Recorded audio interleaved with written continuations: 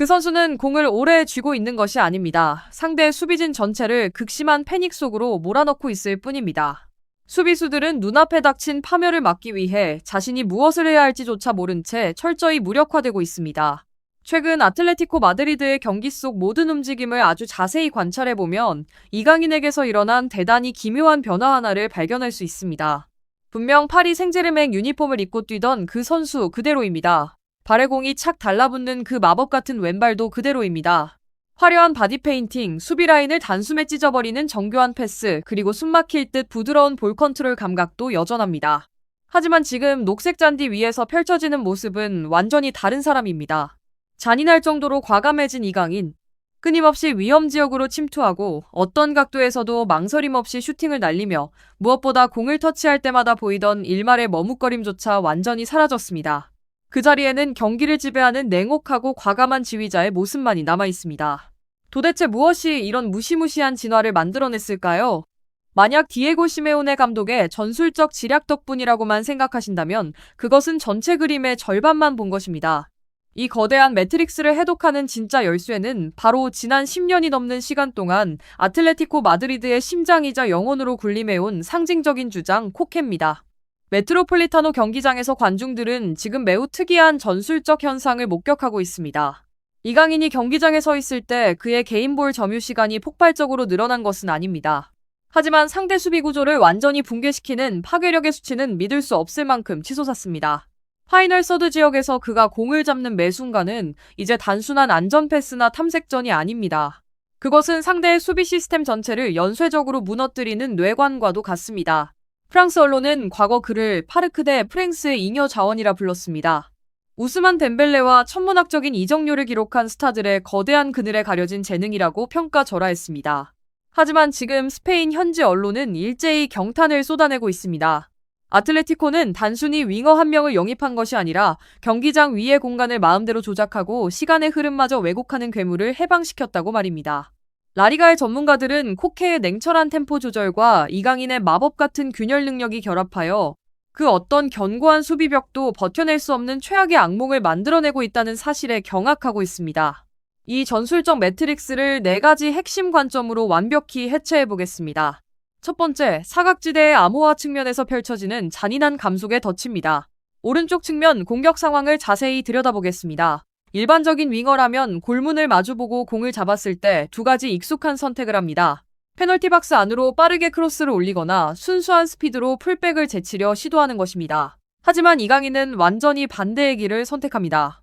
그는 공을 축구화 끝에 자석처럼 붙여놓은 채 경기 템포를 순간적으로 0점 수준까지 얼려버립니다. 상대 수비수가 조급함을 이기지 못하고 압박을 위해 튀어나오는 바로 그 찰나 이강인은 폭발적으로 방향을 전환하며 속도를 끌어올립니다.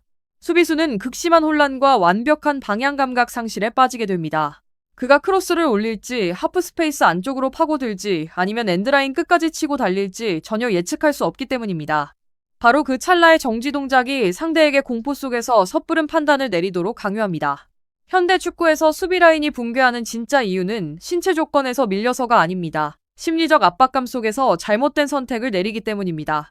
이강인의 가장 잔혹한 무기는 바로 상대의 통제권을 빼앗고 스스로 무너지도록 강요하는 능력입니다. 두 번째, 어둠 속의 마에스트로, 코케의 템포 조율 예술입니다. 코케는 화려한 개인기로 관중을 유혹하는 미드필더가 아니며 상대를 단숨에 제치는 번개 같은 스피드를 가진 선수도 아닙니다. 하지만 코케는 경기장 위의 시간을 통제하는 거대한 두뇌 그 자체입니다. 그는 경기 흐름을 두수 앞서 읽어내며 언제 볼 순환을 빠르게 돌려야 하는지, 언제 템포를 늦춰 호흡을 가다듬어야 하는지, 그리고 언제 미끼를 던져 상대의 압박을 유도해야 하는지를 정확한 초단위로 꿰뚫고 있습니다. 이강인이 공을 쥐고 상대의 모든 시선과 신경을 끌어당기는 동안 코케는 결코 멈춰서 있지 않습니다. 그는 수비의 시야가 닿지 않는 사각지대로 미끄러져 들어가 끊임없이 거리를 조절하며 완벽한 패스 각도를 만들어냅니다. 상대 수비 2명이 이강인에게 달라붙는 순간 코케는 즉시 그 배후에 열린 광활한 공간을 장악합니다. 만약 상대가 2명을 붙여 이강인을 에워싼다면 코케와 주변 동료들이 완벽한 자유를 얻어 결정타를 날립니다. 만약 단 1명만 붙여 막으려 한다면 이번에는 이강인이 직접 그 측면을 갈갈이 찢어놓습니다. 코케가 시간의 흐름을 지배하고 이강인은 공간의 균형을 파괴합니다. 완벽하고도 잔혹한 공생 메커니즘입니다. 세 번째, 중앙을 관통하는 치명적인 일격과 수비 블록의 총체적 혼란입니다. 이강인이 측면에서 볼을 받아 중앙으로 좁혀 들어오기 시작하면 상대 수비형 미드필더는 관성에 이끌려 깊숙이 뒤로 물러서며 따라붙을 수밖에 없습니다. 그 순간 하프 스페이스에 거대한 균열이 발생합니다.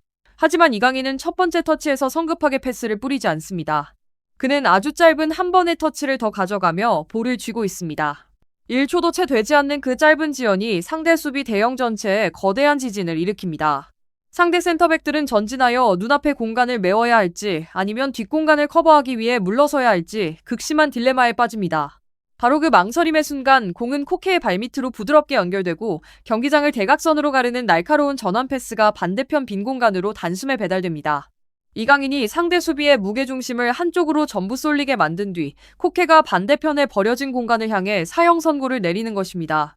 이것은 단순한 패스 앤드 무브가 아닙니다. 상대가 스스로 파놓은 덫에 제 발로 걸어 들어오게 만드는 정교한 전략 체스 게임입니다.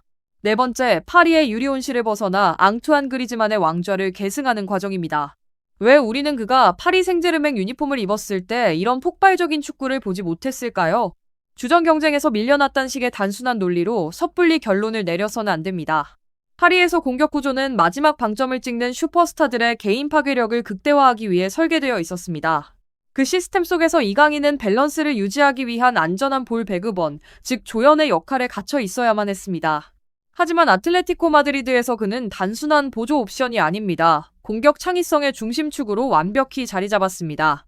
코케는 이강인이 경기장 어느 구역에서 가장 위협적인 존재가 되는지 완벽하게 이해하고 있습니다.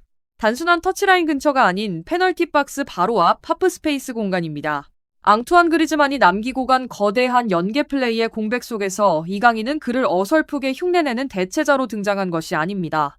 자신의 압도적인 온더볼 능력으로 상대 수비 블록을 내부에서부터 직접 무너뜨리는 완전히 새로운 방식으로 그 자리를 재정의하고 있습니다. 화면을 통해 경기를 지켜보는 축구팬 대다수가 무심코 지나치는 숨겨진 디테일이 하나 있습니다. 그것은 바로 이강인의 퍼스트 터치 위치가 프랑스 리그앙 시절보다 무려 15m 이상 전진했다는 사실입니다. 이 15m의 전진은 전술판 위의 단순한 숫자 변화가 아닙니다. 그것은 책임감의 완벽한 전이를 의미합니다. 과거에는 정확한 패스 하나만으로도 제 몫을 다했다는 칭찬을 받을 수 있었습니다. 하지만 지금처럼 페널티 박스와 맞닿은 위험 지역에서는 공을 터치하는 매 순간 경기의 승패를 가르는 판결을 직접 내려야만 합니다.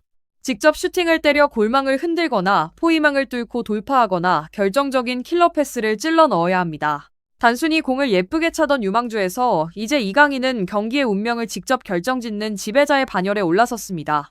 그 어떤 누구도 침범할 수 없는 클래스란 리그에서 가장 거친 수비수들의 축구와 코앞에서도 눈 하나 깜빡하지 않고 그 엄청난 중압감을 온몸으로 받아내는 바로 그 차가운 담력에서 증명됩니다.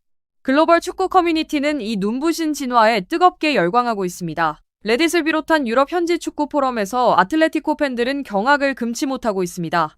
단순한 윙어 한 명을 데려온 줄 알았는데 경기장 전체를 지배하는 진정한 야전 사령관을 얻었다는 반응이 쏟아집니다. 상대팀 서포터들은 씁쓸함을 감추지 못합니다.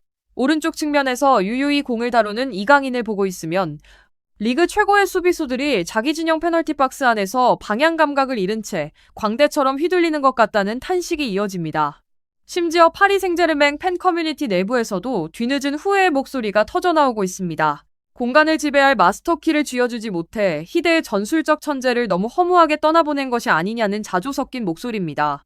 이강인은 파리에서 결코 실패한 적이 없습니다. 프랑스에서의 혹독했던 시간은 그를 더 단단하게 담금질한 최고의 시험대였습니다. 그리고 마침내 자신의 몸에 완벽히 들어맞는 정교한 전술 시스템을 만난 지금, 그동안 억눌려 있던 무시무시한 에너지를 경기장 위에 한꺼번에 쏟아내고 있습니다. 코케가 경기장의 질서를 세우면 이강인은 상대의 균형을 완벽히 무너뜨립니다. 코케가 패스의 궤적을 그리면 이강인은 상대 수비의 모든 예측을 꺾어버립니다. 아틀레티코 마드리드라는 거대한 전쟁 기계는 그 어느 때보다 치명적인 파괴력을 갖춘 팀으로 진화하고 있으며 이강인의 커리어에서 가장 찬란하게 빛날 역사의 첫 장은 이제 막 시작되었을 뿐입니다. 이강인이 펼쳐 보이는 이 숨막히도록 잔혹하고 아름다운 축구의 전율을 느끼셨다면 지금 바로 구독 버튼을 누르고 앞으로 펼쳐질 날카로운 전술 분석을 절대 놓치지 마시기 바랍니다. 코케와 이강인의 이 기묘할 정도로 완벽한 호흡에 대해 여러분은 어떻게 생각하십니까? 과연 이것이 그를 세계 최고의 미드필더 반열에 올려놓을 역사적인 도약점이 될 수 있을까요?